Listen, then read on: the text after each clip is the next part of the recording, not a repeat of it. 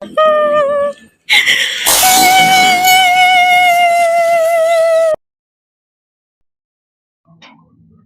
वालेकुम फ्रेंड्स। उम्मीद करता हूँ आप लोग खैरियत से होंगे। अल्लाह आप लोगों को अपने हिफ्ज़ अमान में रखे, लंबी सेहत वाली ज़िंदगी दे और आप लोग भी मुझे अपनी दुआओं में याद रखें। 4 दोस्त जंगल के बीच कैंपिंग करते हैं और उनके साथ कुछ ऐसा होता है जो नाक़ाबिले यकीन होता है। तो ठीक है, शुरू करते हैं स्टोरी अपनी, बढ़ते हैं कहानी की तरफ। सर्दियों की रात थी। इतनी ठंड थी कि मुँह से धुआँ निकल रहा था। और ये कहानी सिर्फ़ इसलिए बता रहा हूँ क्योंकि मैं अकेला हूँ जो उस कैंपिंग से वापस आया। लोग कहते हैं कि रात के टाइम जंगल में नहीं जाना चाहिए, लेकिन हम ज़ोर से हंस दिए। शाम ढल चुकी थी जब हम जंगल के अंदर तक आ गए। मोबाइल सिग्नल पहले ही गायब हो चुके थे। सर्द हवा पेड़ों से टकराकर अजीब सी सीटी जैसी आवाज़ कर रही थी। हमने एक खुला सा मैदान चुना, बीच में आग लगाई और टेंट लगा दिए। आग की रोशनी में सब कुछ ठीक लग रहा था, लेकिन जंगल का अंधेरा बहुत करीब था। रात 10 बजे के करीब जब ठंड हद से ज़्यादा बढ़ गई, हमजा ने कहा, यार तुम्हें लगता नहीं कोई हमें देख रहा है? हम हंस दिए, लेकिन उस हंसने के बाद एक आवाज़ आई, जैसे कोई सूखी पत्तियाँ कुचल रहा हो। हम समझे कोई जानवर होगा। आग के करीब बैठ के हम सब बातें कर रहे थे। अचानक अरसलान खड़ा हो गया। मैं ज़रा पीछे जाकर देख कर आता हूँ। उसने टॉर्च उठाई और अंधेरे में घुस गया। टॉर्च की रोशनी धीरे धीरे दूर होती गई और अचानक गायब हो गया। 5 मिनट गुजर गए, फिर 10 मिनट। अरसलान का कोई जवाब नहीं।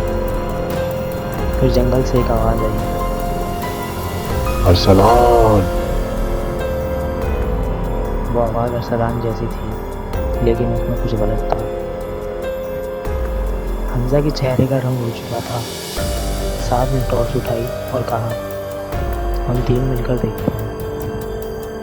हम जैसे जैसे जंगल के अंदर गए, हवा ठंडी से बर्फ़ जैसी हो गई थी और फिर ज़मीन पर पैरों के निशान दिखे और वो निशान बड़े पैरों के थे। बड़े पैरों के थे। हमजा अचानक बोला, लेकिन अरसलान ने शूज़ पहने हुए थे। अचानक हमजा चीखा, वो देखो, पेड़ के पीछे कोई खड़ा था, लंबा, बहुत पतला, और उसका चेहरा बिल्कुल अंधेरे में खुला हुआ। और फिर उसने बोला, आप जाओ। साद ने टॉर्च गिरा दी। मैं पीछे हटा और इसी वक्त आग खुद ब खुद बुझ गई। पूरा जंगल अंधेरे में डूब गया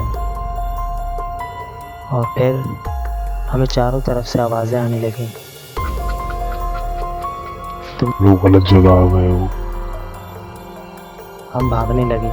मुझे याद नहीं हम किधर भागे, बस ठंड, अंधेरा और पीछे से आवाज़ें। अचानक सांस गिर गया।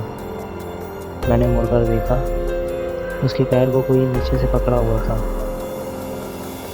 उसका चीखना अभी भी मेरे कानों में है। मैं भागता रहा जब तक सुबह की हल्की रोशनी नजर नहीं आई। मैं अकेला बाहर निकला। पुलिस को सब बताया, सर्च हुई, लेकिन जंगल से सिर्फ 3 टेंट्स मिले, ना अरसलान, ना साद, ना हमजा। मगर मेरी जैकेट के अंदर से एक चीज़ मिली, अरसलान का फ़ोन, और उसमें एक वॉइस